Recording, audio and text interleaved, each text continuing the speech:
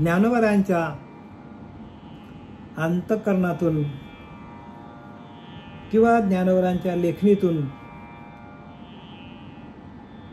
प्रत्येक शब्द जो बाहेर पडलेला आहे ज्ञानेश्वरीमधील, तो प्रत्येक शब्द अक्षर नाही बरं का, शब्द नाही बरं का, अक्षर पण, प्रत्येक अक्षर, ओवी तर बाजूलाच ठेवा, पण प्रत्येक अक्षर आपल्या हृदयाला काय करतो, हृदयाला समाधान देतो, सुख देतो आणि हृदयामध्ये आपल्या भाव निर्माण करतो. जी भाषा आपण कधी आयुष्यात ऐकलेली नाही, जे शब्द कधी आयुष्यात आपण ऐकलेले नाहीत, ते शब्द आपल्या अंतःकरणामध्ये घर करून राहतात. कारण त्या प्रत्येक शब्दामध्ये जे चैतन्य आहे आणि ते चैतन्य आपण जर श्री गुरूंच्या मुखातून आपण ऐकलं, प्रत्येक ओवी आपण ऐकली, प्रत्येक ओवीवर का, तर ते आपल्या अंतःकरणामध्ये घर करून राहतं, घर. आणि आपल्या अंतःकरणामध्ये घर करून राहिल्यामुळे तो भाव निर्माण होतो, नामाचा भाव निर्माण होतो. एकदा का ज्ञानेश्वरी तुम्हाला कळाली तर बाकीच्या ग्रंथांकडे वळण्याची पण गरज नाही. कारण सगळंच आणलंय त्यांनी, ज्ञानोबरांनी सगळं जे काय सौंदर्य आहे, अलंकारिक भाषा आहे, आत्मज्ञान आहे, सगळ्या लेवलचं ज्ञान त्यांनी या ज्ञानेश्वरीमध्ये ओतप्रोत भरून टाकलेलं आहे. पण आपण तिथे हजर पाहिजे, श्री गुरूंच्या मुखातून ऐकायला पाहिजे. आणि हे ऐकता ऐकता आपलं अष्टसात्विक भाव होतात आणि अष्टसात्विक भावातून भगवंताला प्राप्त करण्याचं सामर्थ्य आपल्या अंतःकरणामध्ये तयार होतं. जे अंतःकरण मलिन आहे, ज्या अंतःकरणावर विषय आहेत, ज्या अंतःकरणावर विषयांचं साम्राज्य आहे, ज्या अंतःकरणावर त्रिगुणांचं साम्राज्य आहे, प्रत्येकाचं अंतःकरण अहंकाराने भरलेलं आहे, ते सगळं खाली होऊन काय होतं, सगळं बाजूला होतं. आणि ज्ञानोबरांच्या प्रत्येक ओवीचा मतीतार्थ मतीमध्ये प्रगट होतो. मती म्हणजे मनामध्ये, बुद्धीमध्ये प्रगट होतो. आणि म्हणून बुद्धी जी आहे त्या बुद्धीचा विकास होतो. आणि एकदा का बुद्धीचा विकास झाला तर आपल्याला सर्व ग्रंथ समजतात. म्हणजे बुद्धी प्रगल्भ होते, विस्तारित होते आणि मग माणूस व्यापक होतो. मग एका ठिकाणी परमात्मा नाही दिसत, सगळीकडे परमात्मा दिसायला लागतो. याला एकमेव कारण काय, तर ज्ञानोबरांची ज्ञानेश्वरी. तर आपण काल अध्याय 8 ओवी क्रमांक 83 पर्यंत आपण आलो. आता आपण 84 ओवीला सुरुवात करूया. बघूया आपण ज्ञानोबा काय सांगतात आपल्याला. पै सरितेची नि ओघे, पै सरितेची नि ओघे, सिंधुजना मिनले घोगे, ते काय वर्तत आहे मागे, म्हणून पाहो येती. ते सरितेची नि मागे ओघे, एकदा का सरिता म्हणजे गंगा, सरिता एकदा का समुद्राला भेटायला निघाली तर ती काय होते, धो धो धो धो धो धो जाते. म्हणजे तिचा वेग, नदीचा वेग जोरात असतो. म्हणून पै सरितेचे नि ओघे, सिंधू जळा मिनले घोगे, ती एकदा का समुद्राला मिळायला निघाली, ते काय वर्तत आहे मागे, मग ती काय परत येतो काय. एकदा तिची धाव समुद्राकडे गेली.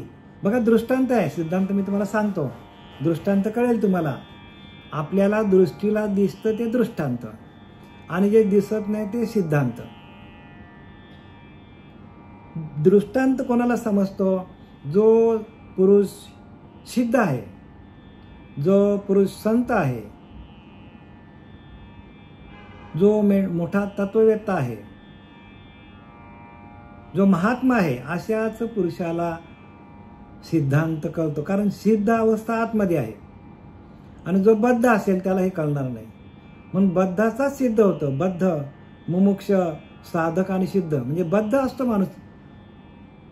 सुरुवातीला प्रत्येक माणूस बद्धच असतो, मग नंतर मुमुक्ष, मग त्याच्यावर अनेक प्रसंग आले की मग तो काय करतो, मुमुक्ष म्हणजे मोक्षाकडे जाण्याची इच्छा करतो.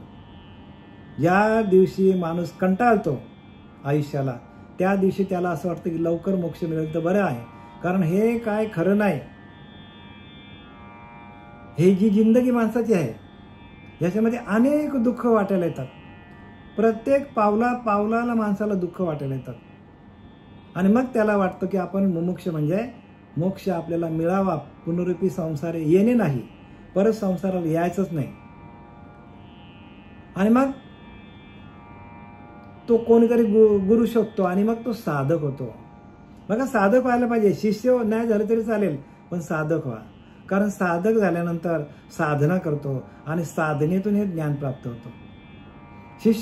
शिष्यवर्ग काय करतो तर श्रीगुरूंच्या पायाची सेवा करतो. त्यांच्या पायाची काय करतो, सेवा करतो. पायावर डोकं ठेवतो, फुलं वाहतो. ती पहिली पायरी. करू नये का? ज्याची श्रद्धा त्याने करा. पण साधक म्हणजे काय? गुरु काय करतात तर तुमच्या आतमध्ये असलेली जी साधक दशा आहे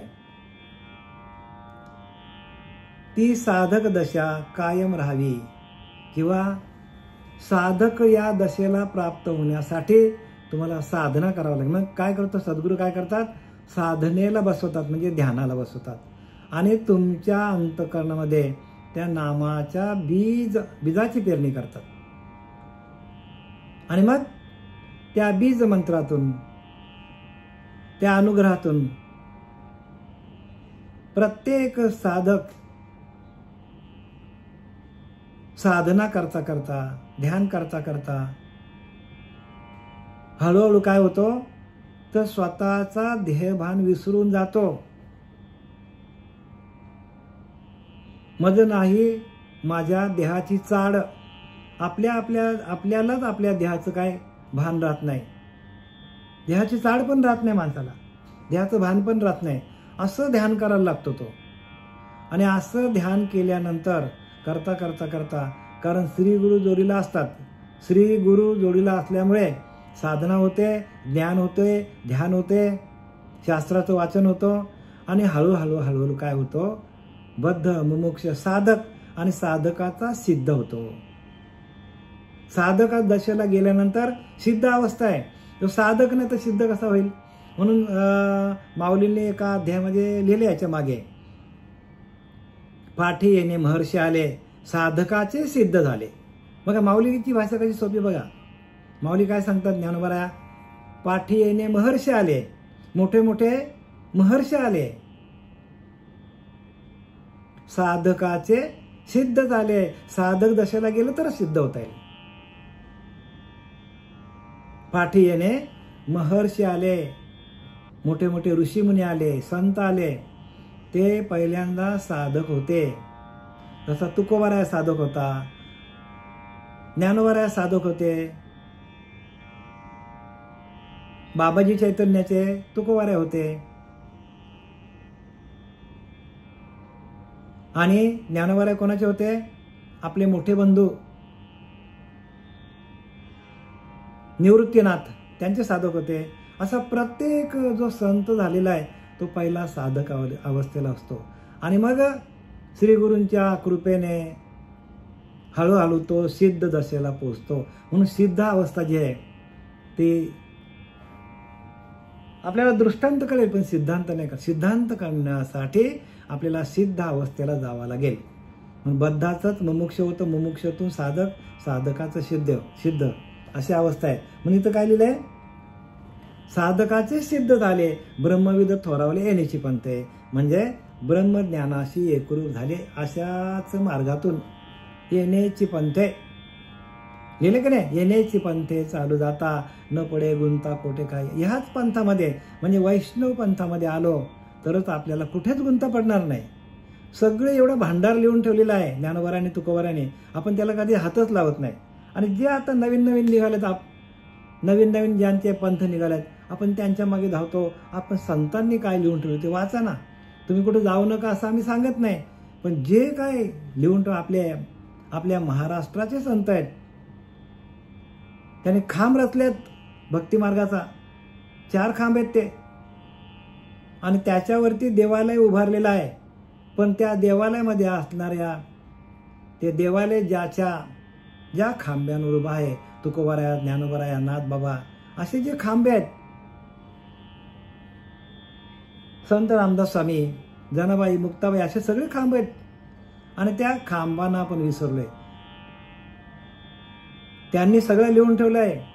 ती इमारत त्यांनी उभी केलेली आहे, पण आपण त्या इमारतीमध्ये जातच नाही आपण. म्हणून प्रत्येकाने काय करा, तर ध्यान करा. पै सरितेची निव घे, सिंधू जळा मिळले घोंगे. ते काय वर्तत आहे मागे. मग एकदा का नदी समुद्राला भेटायला चालली, ती काय मागे बघते का वळून? म्हणून ही पहा येते, परत बघायला येते का ती? परत नाही ती येत.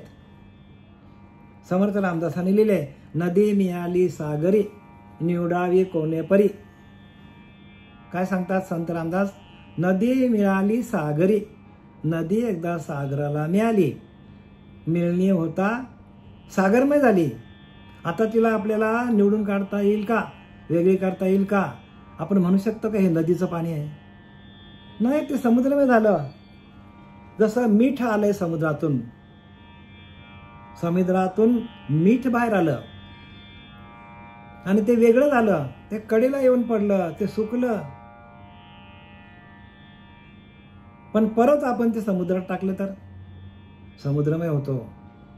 सांगायचं काय की नदी मिळाली सागरी, निवडावी कोणे परी, लोहे सोने होता माघारी नये. एकदा लोखंडाचं सोनं झालं, परिसाचं स्पर्श झालं का परत ते लोखंड होत नाही. सांगायचं काय त्यांना की एकदा का नदी समुद्राला मिळाली का ती परत माघारी येत नाही. तसं आपण एकदा त्या परब्रह्म तत्वाशी एकरूप झालो तर आपलं देहभान आपण विसरून जातो. परत आपण सांगायलाच उरत नाही. आणि ही सिद्ध अवस्था आहे. या अवस्थेला नाव काय आहे? सिद्ध. म्हणून पाठी येणे महर्षी आले, साधकाचे सिद्ध झाले. साधकाचा सिद्ध होतो. श्री गुरूंच्या आश्रमामध्ये जाऊन रामाने, कृष्ण परमात्म्याने श्रवण भक्ती केली. त्यांच्याकडनं जे काय नाम आहे ते घेतलं प्रत्येकाने.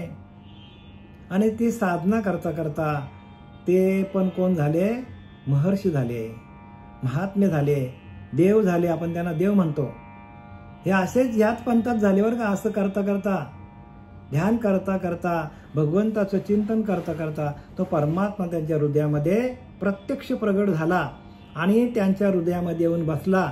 आणि त्यांनी, भगवंतांनी या संतांकडून हे सगळे ग्रंथ लिहून घेतले. तसे आपली स्थिती होणार आहे. आपण पण भगवंताचं सातत्याने आत्मचिंतन केलं तर तो भगवंत पुढे आपल्या आत्मजेच आहे. हृदयास्तो नारायण, हृदयामध्ये नारायण आहे. आणि तो हृदयातला नारायण एकदा प्रगट झाला का सगळ्या ग्रंथांचं तुम्हाला अर्थ कळेल. पण आपण तसं ध्यान केलं पाहिजे, आपण वाचन केलं पाहिजे, श्रीगुरूंच्या आज्ञेचं पालन केलं पाहिजे.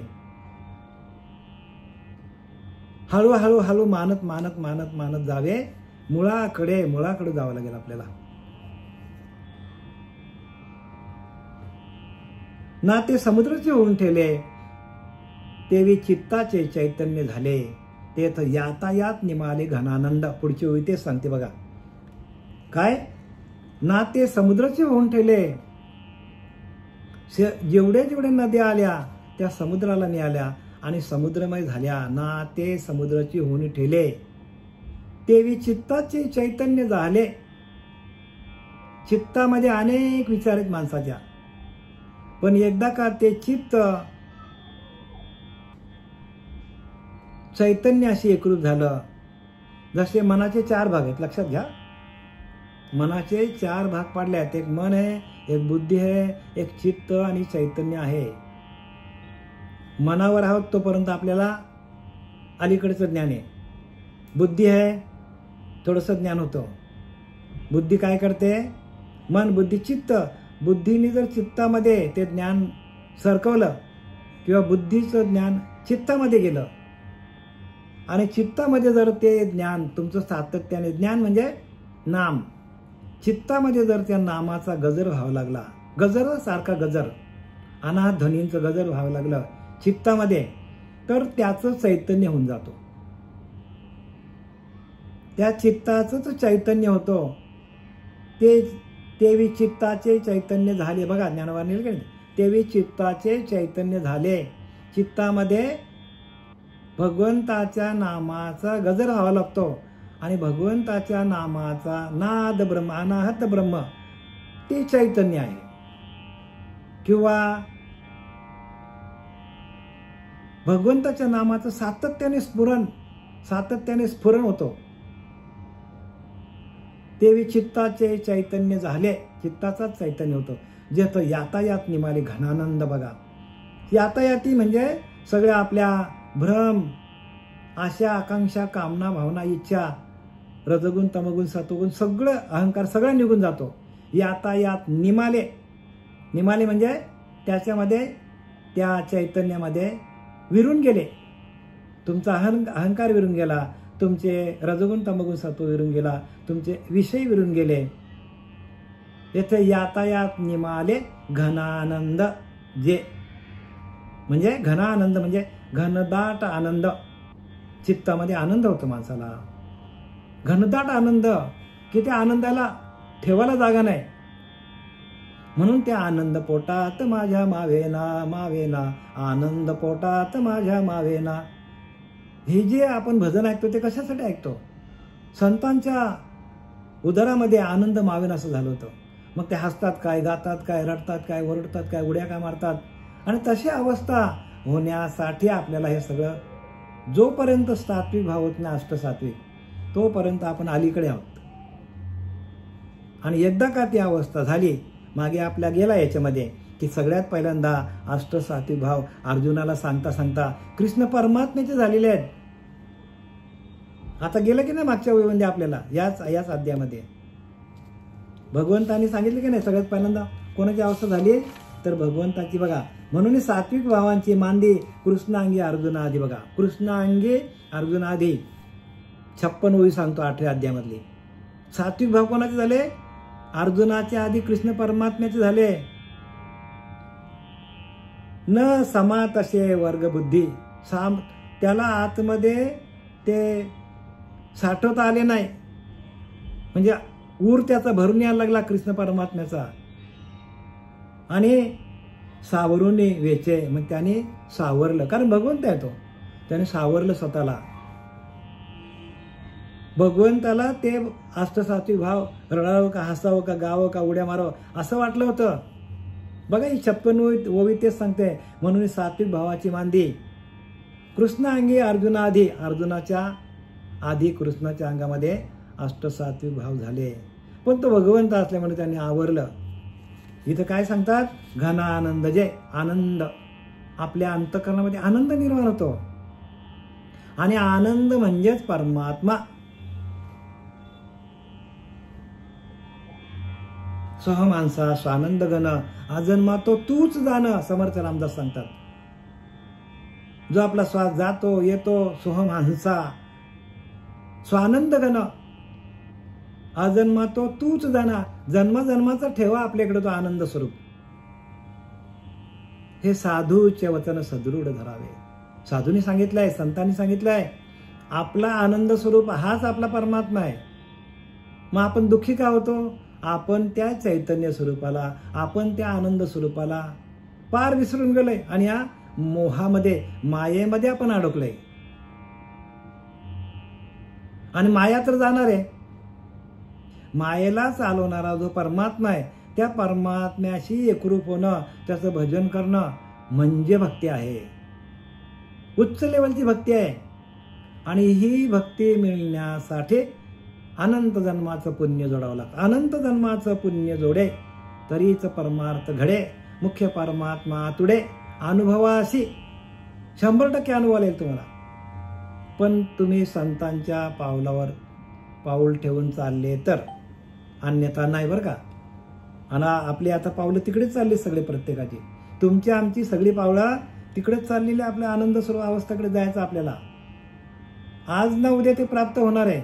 फक्त आपण काय करायचं? मागे यायचं नाही, लढत राहायचं. विजय मिळवायचा आपल्याला त्या विषयांवर, त्या मायेवर, त्या अहंकारावर विजय मिळवायचा आपल्याला.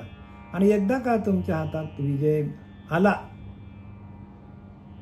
तर तुम्ही जिंकले. जैत रे जैत म्हणून निशाण ध्यानाचे लागते. बघा, जिंकलास रे जिंकलास, जिंकलास रे जिंकलास म्हणून निशाण ध्यान लागतं. जर आपण विषयांना जिंकलं तर आपलं ध्यान लागतो. जर आपल्याला विषयांनी हरवलं तर आपल्याला ध्यान लागत नाही. आपली बुद्धी इकडे तिकडे सैरावैरा पळते. आणि मग ह्या तीर्थाला जाऊ का, त्या तीर्थाला जाऊ का, इकडे भजनाला जाऊ का, अमुक ठिकाणी जाऊ का, आंघोळीला जाऊ का, असं आपल्याला वाटतं. आणि एकदा का तुमचा आनंद स्वरूप अवस्था तुम्हाला बसल्या ठाईच वैसुनी करा एकचित्त. एकदा एका जागेवर बसून तुमचा एक चित्त झाला आणि तो तुम्हाला आनंद मिळाला तर तुम्हाला कुठेच जायची गरज नाही. मग एकदा का तो आनंद झाला मग त्या आनंदाच्या भरात तुम्ही कुठेही जाऊ शकता. पण ती आनंद स्वरूप अवस्था झाली पाहिजे. आणि ती अवस्था होण्यासाठी शास्त्र लिहिलेलं आहे. आता आपल्याला जन्ममरणाचा फेरा चुकवता येतो. कशातून? तर आपल्याला परमानंद मिळाला, आनंद स्वरूप अवस्था आपली झाली, चित्तामध्ये चैतन्य झालं, चित्ताचं चैतन्य झालं तर आपल्याला ती अवस्था प्राप्त होतो. आणि ती प्रक्रिया आहे आणि त्या प्रक्रियेच्या माध्यमातून सहज जाता येतो. पण तिथपर्यंत जाण्यासाठी थोडासा आपल्याला अवकाश लागणार आहे. आता आपला याच अक्षर ब्रह्मयोग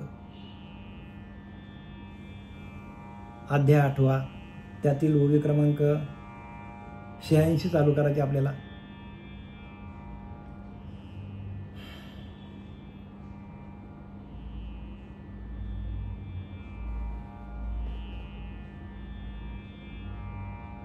जयाचे आकारविना असणे.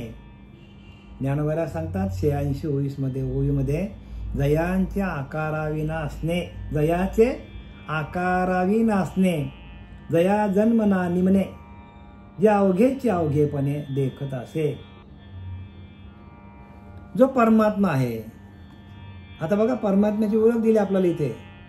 आता सांगितलं आनंद स्वरूप अवस्था परमात्मा आहे. आता आपल्याला ओळख दिली की परमात्मा कसा असतो. जयाचे आकाराविना असणे, त्या परमात्म्याला आकार नाही. तो निराकार आहे, तो निर्गुण आहे, निराकार आहे, निसंग आहे, निरावयव आहे, त्याला अवयवच नाहीये. तो आज आहे, तो जन्माला येत नाही, तो ध्रुव आहे, तो चलत नाही, ढळत नाही. म्हणून इथं काय लिहिलंय? जयाचे आकाराविना असणे, त्याला आकार नाही म्हणतात. मग आता तो परमात्मा कुठला आहे? आपण आकाराची पूजा करतो. माऊली सांगतात त्याला आकारच नाही. याच्यावर तुम्ही बरं का, याच्यावर तुम्ही स्वतः तुम्ही काय करा, तर तुम्ही स्वतःच्या मनाने विचार करा. ज्ञानोबारांनी लिहिले का ना आपण चाललो कुठे? ज्ञानोबारांचं भक्तियोग काय आहे?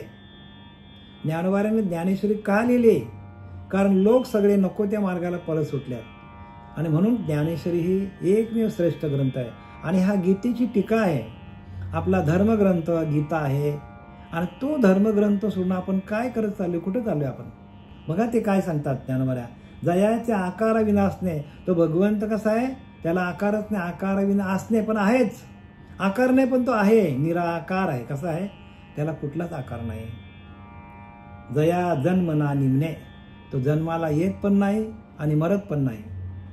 परमात्मा जन्माला येत पण नाही आणि परमात्मा जात पण नाही. बघा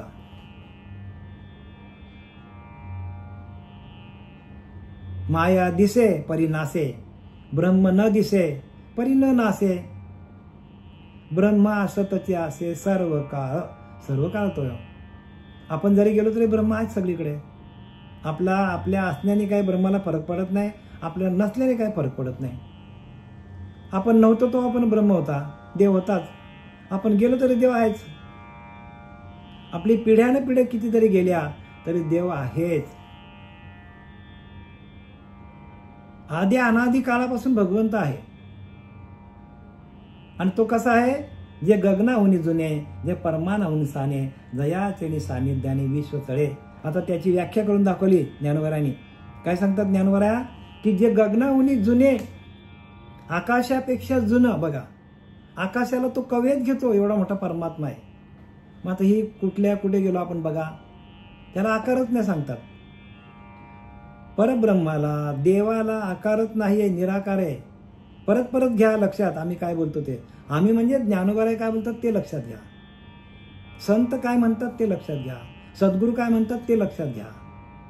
जे गगनाहुनी जुने, गगन पण नव्हता तेव्हा तो होता, आकाश पण नव्हता तेव्हा तो परमात्मा होता. म्हणजे एवढा जुना आहे. जे गगनाहुनी जुने, परमानाहुनी साने, म्हणजे अणुरेणू असतात, एकदम छोटे अणुरेणू असतात, त्याच्यापेक्षाही लहान येतो. जयाचे सानिध्याने विश्व चाले, की त्याच्या सानिध्याने, त्याच्या सहाय्याने विश्वाचे सगळे व्यापार चालतात. परमात्म्याच्या शक्तीने विश्वाचे व्यापार चालतात. बघा ज्ञानोबा सांगतात व्यापार कशाने चालतात. अहो तो परमात्मा आहे, सगळीकडे भरलेला, ओतप्रोत भरलेला आहे, म्हणून सगळे व्यापार चालतात. प्रत्येकाच्या शरीरामध्ये ओतप्रोत भरून तो ब्रह्मांडामध्ये भरून राहिलेला आहे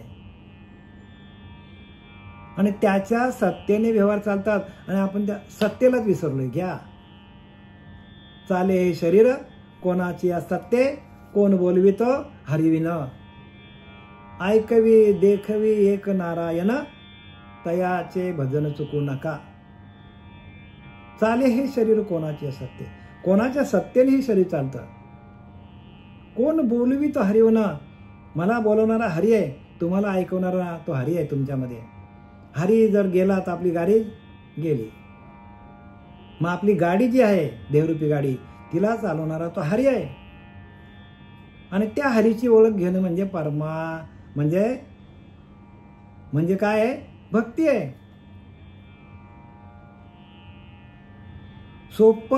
सोपे वर मा सांगितले संते, संतांनी सोपं करून सांगितलं आहे. पण आपलं डोकं आहे कुठे तिथे.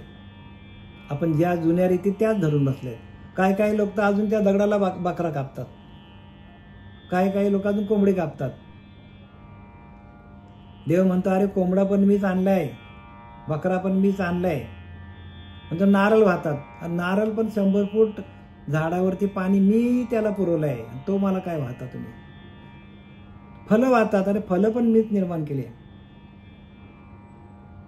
सगळी कशी भक्ती आहे, सगळी भक्ती जी आहे ती अज्ञानाची भक्ती. इच्छिती धनसंपत्ती, तयांच्या चित्ती बोध कायचा. ज्ञानोबा सांगतात अज्ञानाची भक्ती आहे सगळी. धन पाहिजे, दौलत पाहिजे, पैसा पाहिजे, चांगली बायको पाहिजे, चांगला नवरा पाहिजे, मुलगा चांगला पाहिजे, कमवणारा पाहिजे, करोड रुपये पाहिजे. हे पाहिजे ठीक आहे, पण हे राहणार आहे का आपल्याकडे. मग कमवायचं नाही का, कमवा ना, पण भगवंताच्या नामस्मरणातून कमवा. भगवंताचं नामस्मरण करा सातत्याने, कारण देणारा तोच आहे. देतो तो देव, तोच देणार आपल्याला. मग तो देणार आहे, मग तोच घेऊन जाणार आहे. आपण आपला आयुष्य संपला की प्रॉपर्टी इथेच राहणार आहे, आपला आयुष्य संपला की मुलंबाळ इथेच राहणार आहे. मग आपल्याला एक शरीर दिलेलं आहे, त्या शरीरामध्ये अखंड भगवंताचं चिंतन केलं तर देहासहित कुडीसहित तुका वैकुंठी गेला. म्हणजे देहासहित तुकाराम महाराज गेले वैकुंठवासी. तसं आपल्याला काय करायला पाहिजे, सगुण निर्गुण एकू गोविंद रे, म्हणजे सगुणाचा आधार घेऊन आपल्याला भगवंताचं भजन करता यायला पाहिजे. सगुण निर्गुण एकू गोविंद रे, गोविंदू गोविंदू म्हणा लागली या छंदू. असा भगवंताच्या नामाचा छंद लागला पाहिजे आपला. गोविंदू गोविंदू म्हणा लागली या छंदू.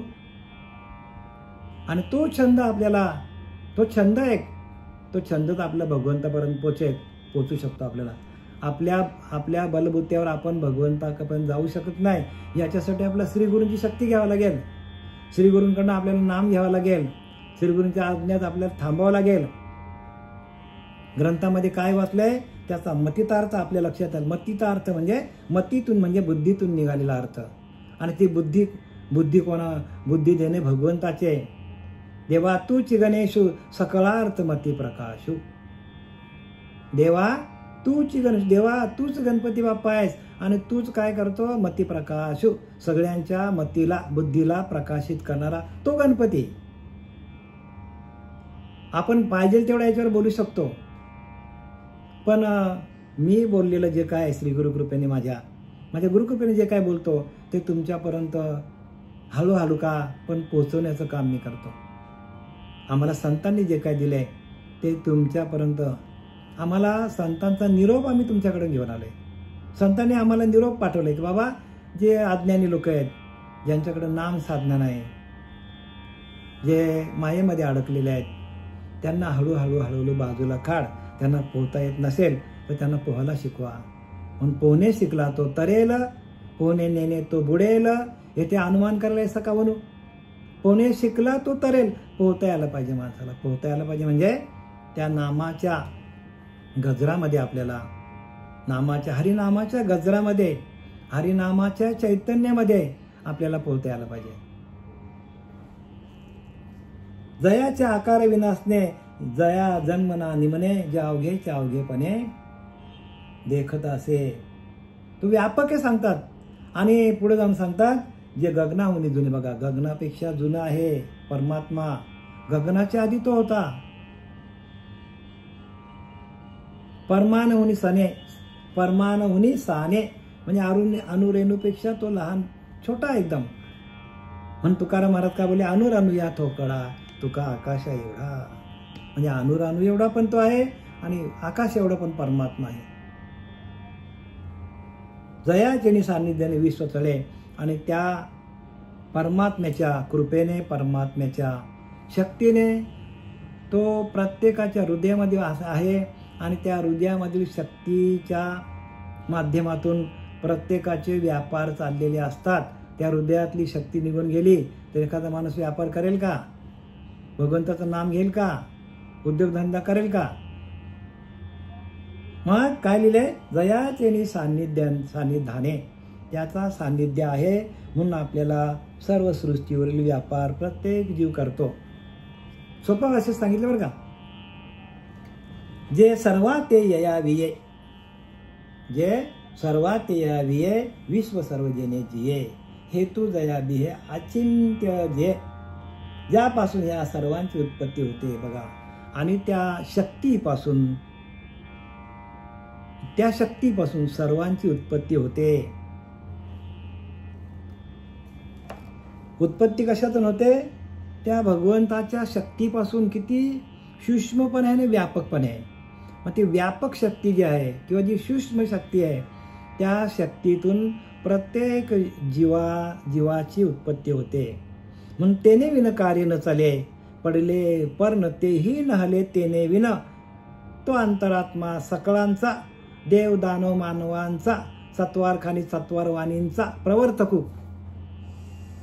तेने विन कार्य न चाले, पडलेल्या पानाला पण त्याची सत्ता लागते, त्या आत्म्याची सत्ता लागते. तो अंतरात्मा सकळांचा, देवांकडे पण तोच होता, दानव राक्षसांकडे पण तो होता. प्रत्येक जीवाकडे अंतरीचा अंतरात्मा आहे. किडी मुंगीपासून म्हणजे उंदरापासून इंद्रापर्यंत एकच चालवणारा, प्रत्येकाला एकच आत्मा आहे. आणि त्या आत्म्याची ओळख आपल्याला नाही. म्हणून काय लिहिलंय, तो अंतरात्मा सकळांचा, सगळ्यांचा अंतरात्मा आहे, एकच आहे तो. तो अंतरात्मा सकळांचा, देव दानव मानवाचा, देवाकडे पण तो होता, मानवाकडे पण तो आहे. चत्वार खानी चत्वार वाणींचा प्रवर्तकू. अंडज स्वेदज जारद उद्भिद, अंड्यातले जीव पण अंतरात्मात चालवतो. स्वेदज घामापासून निघालेले आहे, पाण्यापासून उत्पन्न झालेले जीव पण तोच चालवतो. जारज खाणीतले म्हणजे आपण, आपल्याला पण तोच चालवतो. उद्भिज म्हणजे जेवढी वनस्पती आहे तेवढी, त्या वनस्पतीमध्ये पण ते चैतन्य आहे. चत्वार खानी, चार खानी, अंडज स्वेदज जारद उद्भिद. चत्वार वाणी, परा पश्चंती मध्यमा वैखरी, ह्या चारही वाणींना तो चालवतो. बघा कसं ओळख घ्या देवाची. देवाची ओळख तुम्हाला प्रत्येक संतांनी करून दिलेली आहे, पण आपला तिकडे लक्ष नाही, आपली बुद्धी कमी पडते. म्हणून श्री गुरूंकडे जावा, श्री गुरूंचा आशीर्वाद घ्या. आशीर्वादातून हे ज्ञान होतं, प्राप्त होतो.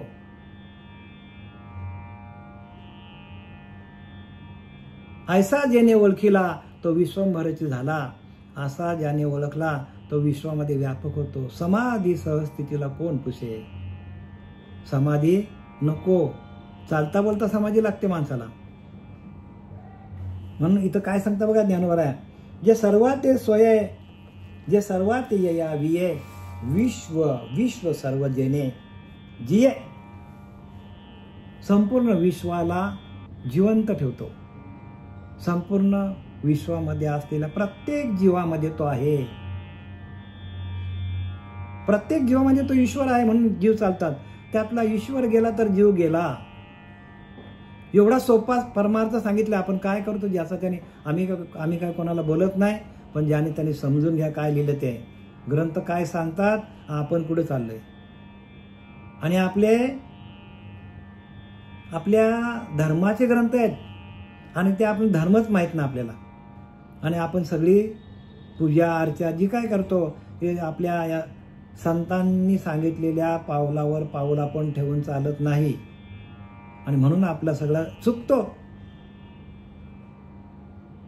ज्याच्यापासून सर्व जगाची उत्पत्ती होते आणि सर्व विश्व जगते व ज्याचे अनुमान करता येत नाही, कारण ते अचिंत्य आहे. त्या अनुमानाने मिळणार नाही, ते अचिंत्य आहे.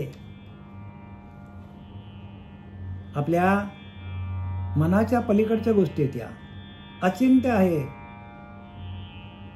त्याचा आपल्याला विस्तार करता येणार नाही, एवढं व्यापक आहे तो परमात्मा. आणि तो तुमच्या हृदयामध्ये सूक्ष्म रूपाने आहे. प्रत्येकाच्या एरवी तरी सर्वांच्या हृदय देशी मी अमुक आहे आयशी, जी बुद्धीच पुरे हरण्याशी ते वस्तुगामी सांगतात.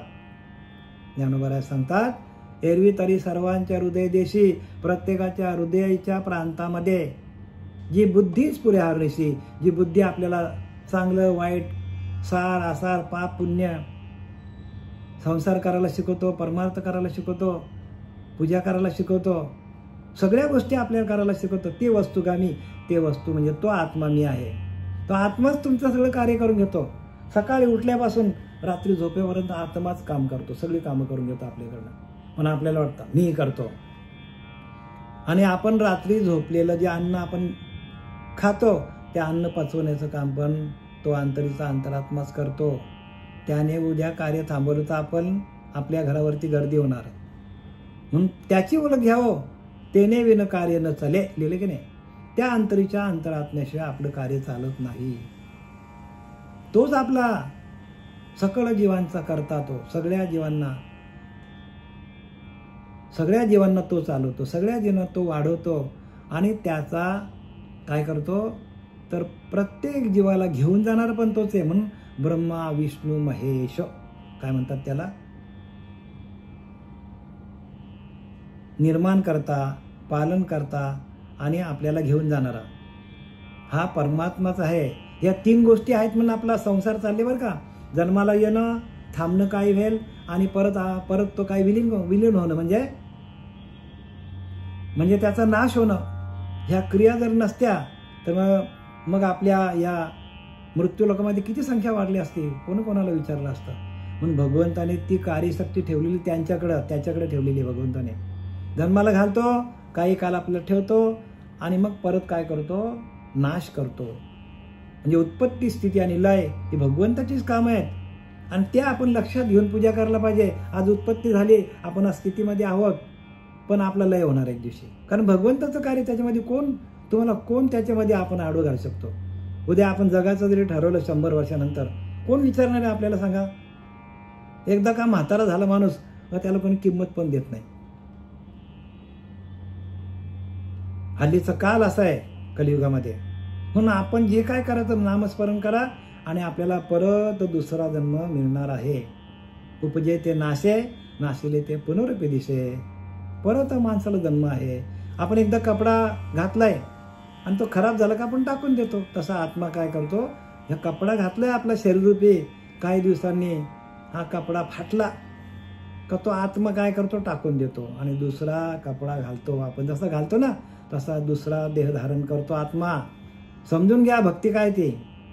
भक्ती इथंच आहे. आपल्याला जन्म कळत नाही, आपल्याला स्थिती कळत नाही, आपल्याला उत्पत्ती कळत नाही, लय कळत नाही. लय सगळ्यांचंच होणार एक ना एक दिवस. काही ना येणं का नाही, कुठल्याही परिस्थितीत आपल्याला जावं लागेल प्रत्येक जीवाला.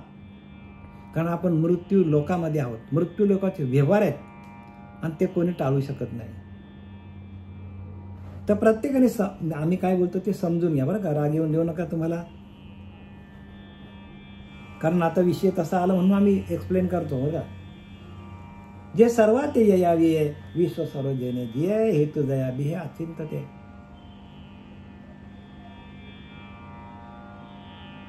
त्या परमात्म्याची ओळख घेण्यासाठी अनुमान काम करत नाही. अंदाजे नाही. अनुभव यायला पाहिजे. अनुभव कशात नेतो? अचिंत.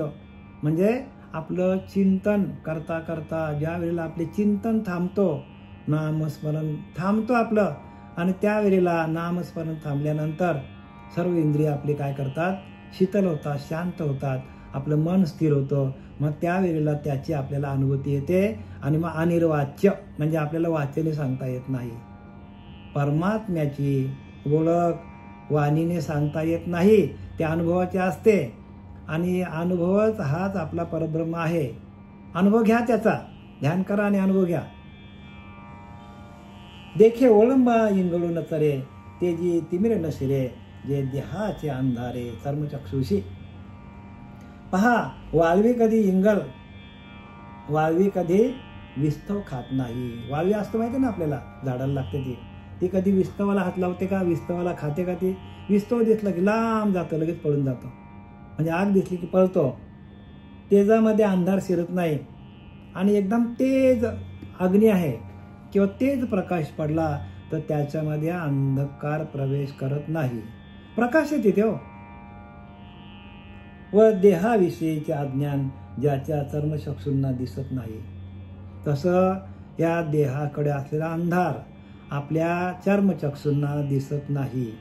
म्हणजे इथे ज्ञानोबाराय सांगतात की चर्मचक्षूंना ते दिसत नाही, त्याच्यासाठी ज्ञानचक्षू लागते.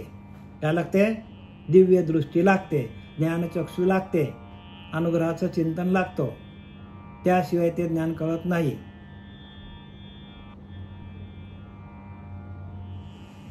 म्हणजे आपल्याकडं ज्ञानदृष्टी, ज्ञानचक्षू, चर्मचक्षूने ते कळत नाही. म्हणजे चांबड्याच्या डोळ्यांनी भगवंत दिसत नाही सांगतात. त्याला ज्ञानदृष्टी लागते. आणि ती ज्ञानदृष्टी ज्ञानोबाराने ज्ञानेश्वरीमध्ये लिहिलेली आहे. तुकोबाराने आपल्या गाथ्यात लिहिलेला आहे ती ज्ञानचक्षू. आणि तो चक्षू कोणाकडेच नाही. तो चक्षू फक्त एक ठराविक संप्रदायामध्ये आहे. आनंद संप्रदायामध्ये ठराविक संप्रदायामध्ये ती ज्ञानदृष्टी, ज्ञानचक्षू, तिसरा डोळा, शंकराचा तिसरा डोळा, किंवा त्याला कोणी प्रबोधाचं चिंतन म्हणतात, तर कोणी त्याला कुंडलिनी म्हणतात, कोणी त्याला शक्तिपात योग म्हणतात. पण ती शक्तिपात योग देणारा सद्गुरू मिळाला तरी पण आपल्याला या ग्रंथांचा अर्थ सांगणारा जोडीला मिळाला पाहिजे. नाहीतर ते शक्तिपात योग पण काय होतो? फलद्रूप होत नाही. थोडे दिवस होतो, नंतर आपल्याकडनं निघून जातो. आणि म्हणून श्री गुरूंच्या सान्निध्यात सारखं पाहिजे. उपदेश पाहिजे. उपदेशातून आपल्याला जसं झाडाला पाणी घातलं जातं, ते झाड मोठं होतं, तसं आपल्याला नामाच्या साधनेतून आलेली अनुभूती सातत्याने टिकून राहावी.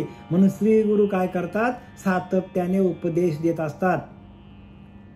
महावाक्याचा उपदेश भला, त्याचा जप नाही बोलिला. उपदेश पाहिजे हो. नंतर ते महावाक्य बंद पडतं, नाम पण बंद पडतं. महावाक्याचा उपदेश भला, त्याचा जप नाही बोलिला. ते तिचा विचार केला पाहिजे. साधकाने नीट विचार करा. म्हणून आपल्याला जो प्रवचन आहे, हे कीर्तन आहे, सातत्याने ऐकायला पाहिजे आपण. ते आपल्या फायद्याचे आहेत.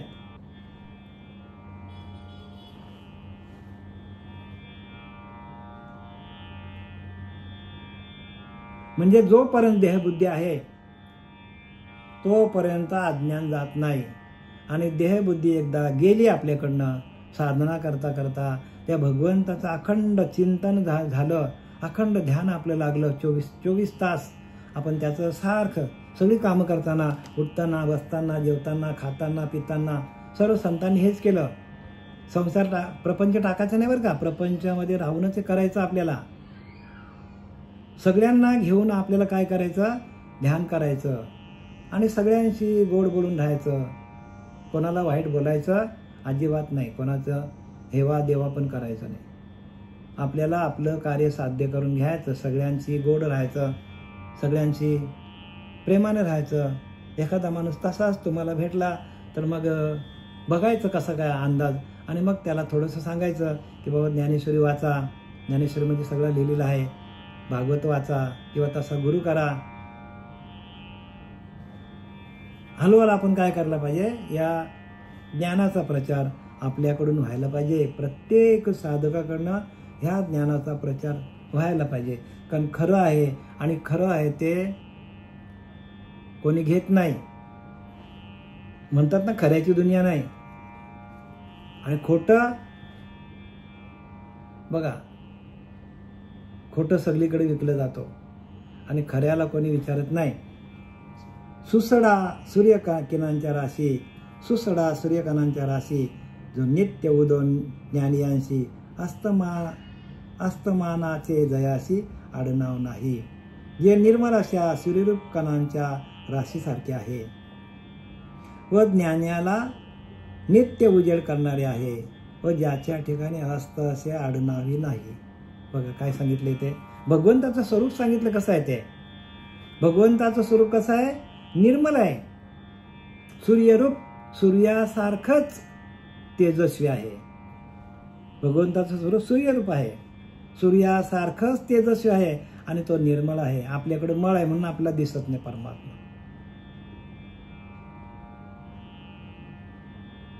आपल्याकडे काय आहे, मळ आहे. आणि एका जन्माचं नाही, अनंत जन्माचं मळ आपल्याकडे आहे. अनंत जन्माचं आपल्याकडनं आपण गुन्हेगार आहोत आणि म्हणून आपल्याला परमात्मा भेटत नाही.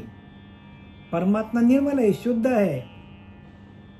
तो आज आहे, जन्माला येत नाही. तो ध्रुव आहे, तो निश्चल आहे. त्याला कुठल्याच प्रकारचा अवयव आहे, निरावयव, त्याला अवयव नाही आहेत. आणि आपण अवयवांची पूजा करतो. हे काय लिहिलंय ते बघा परत परत. हे आम्ही बोलत नाही बरं का, हे ज्ञानोबारांनी लिहिलंय आणि ते तुम्हाला मी वाचून त्याचा अर्थ सांगतो श्रीगुरु कृपेने. आमचे सच्चिदानंद सद्गुरू श्रीपाद बाबा, सच्चिदानंद सद्गुरू पांडुरंग दिवेकर बाबा यांच्या कृपा आशीर्वादाने हे ज्ञान तुमच्यापर्यंत आणण्याचा प्रयत्न करतो, तुमच्या हृदयामध्ये रुजवण्याचा प्रयत्न करतो. हे माझं ज्ञान नाही आहे, हे श्रीगुरु कृपेने, श्रीगुरूच्या आदेशानुसार आम्ही हे सगळं करतो. जो नित्य उदो ज्ञानियासी, जे निर्मल अशा सूर्यरूप कणांच्या राशीसारखे आहे. सूर्यरूप कणांच्या राशीसारखे म्हणजे सूर्याच्या प्रकाशामध्ये जे कण दिसतात बारीक बारीक बारीक बारीक, बघा तुम्हाला खिडकीतून असा झरोका येतो आणि त्याच्यातनं जेवढे बारीक बारीक बारीक कण दिसतात त्या राशीसारखे आहे व ज्ञानाला नित्य उजेड करणारे आहे. पण ज्ञानी जो असेल, ज्याला ज्ञान घ्यायची इच्छा असेल, ज्ञानाला नित्य उजेड करणारे आहे. म्हणजे ज्ञानाला प्रकाशित करणारं असं ज्ञान आहे. व ज्याच्या ठिकाणी अस्त असे आडनावही नाही व ज्याचा कधीही अस्त होत नाही, ज्याचा कधीही नाश होत नाही, जे कधीही मावळलं जात नाही, ते स्वयंभू आहे. ज्ञान कसं आहे, स्वयंभू आहे. ज्ञान सूर्य स्वयंभू आहे आणि त्या स्वयंभू शक्तीला कोणाचीही गरज लागत नाही. कोणाचीच निराधार निराकार, त्याला कोणाचाच आधार गरज नाही. कारण काय, तो स्वयंभू आहे. आपण वस्तू स्वतः सिद्ध येथे नाही. आपण वस्तू स्वतः सिद्ध आहोत, तसा प्रत्येक माणूस सिद्धच आहे. प्रत्येक माणूस हा स्वतः सिद्ध आहे, पण तो बद्ध झालेला आहे. आपण वस्तू स्वतः सिद्ध येथे नाही. देह संबंध म्हणजे देहबुद्धी आपल्याकडे आहे म्हणून आपण स्वतः सिद्ध नाही. आपली देहबुद्धी गेली तर आपणच परमात्मा स्वरूप आहोत. आपण वस्तू स्वतः सिद्ध, येथे नाही देह संबंध. पापराशी होती दग्ध, येणे रीते. आपली देहबुद्धी गेली का आपल्याकडले पाप सगळे जळून जातात. समर्थ रामदास सांगतात बरं का, रामदासांनी रामदास स्वामीने, आपण वस्तू स्वतः सिद्ध, आपणच परमात्म स्वरूप आहोत. मग आता तुम्हीच परमात्म स्वरूप आहोत, मग तुम्ही आता कोणाची पूजा करायला पाहिजे? तुम्हाला चालवणार अंतरीचा अंतरात्मा त्याचीच पूजा करायला पाहिजे की नाही? आपण वस्तू स्वतः सिद्ध आहे, आपणच सिद्ध आहोत. मग आपण बद्ध का झालोय? आपल्याकडे अज्ञान आहे, आपल्याकडे मळ आहे,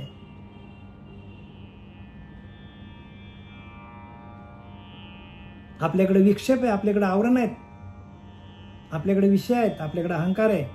या सगळ्या गोष्टी आपल्याकडे आहेत. मग त्या घालवण्यासाठी आपण श्रीगुरूंकडे जायचा असतो. आपल्या अंतःकरणावर आलेलं मळ विक्षेप आवरण गेलो की आपणच परमात्म स्वरूप आहोत. म्हणून श्रीगुरूंना शरण जायचा असतो. आपलं अंतःकरण शुद्ध व्हायला पाहिजे. जोपर्यंत अंतःकरण शुद्ध नाही तोपर्यंत भगवंताची प्राप्ती कोणालाच होणार नाही.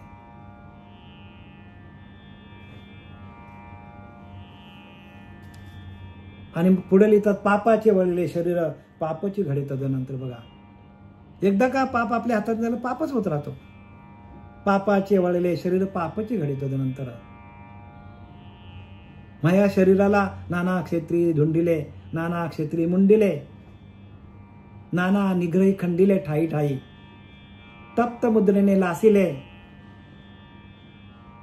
काय काय लोक बघा असे गरम करतात, नाणे ते चटके देतात. कितीतरी प्रकारचे बघा माणसाच्या जीवनाला कितीतरी प्रकारच्या या वृत्ती आहेत, सगळे घाणेरड्या वृत्ती आहेत. तप्त मुद्रेने लासले, शेणाचे मोघे गेलेले, गोमूत्राचे मोघे गेलेले, शेणाचे गोळे गिल्ले, मला रुद्राक्ष घातले काष्टमणी, तरी पण शुद्ध होत नाही सांगतात. मग त्या दोषाच्या दहनाला आत्मज्ञान पाहिजे. आत्मज्ञानाशिवाय होणार नाही. हे ज्ञान आहे ना ज्ञानवरांचं, हेच तुम्हाला शुद्ध करू शकतो. दुसरी कुठलीही वस्तू या देहाला शुद्ध करू शकत नाही. नाना व्रते, नाना दाने, नाना योग तीर्थाटने, त्याहुनी कोटी गुणे महिमा आत्मज्ञानाचा. संत रामदास सांगतात, नाना व्रते, अनेक प्रकारची व्रत केली, नाना प्रकारची दान केली, गायी दान केल्या, पैसा दान केला, भूदान केला.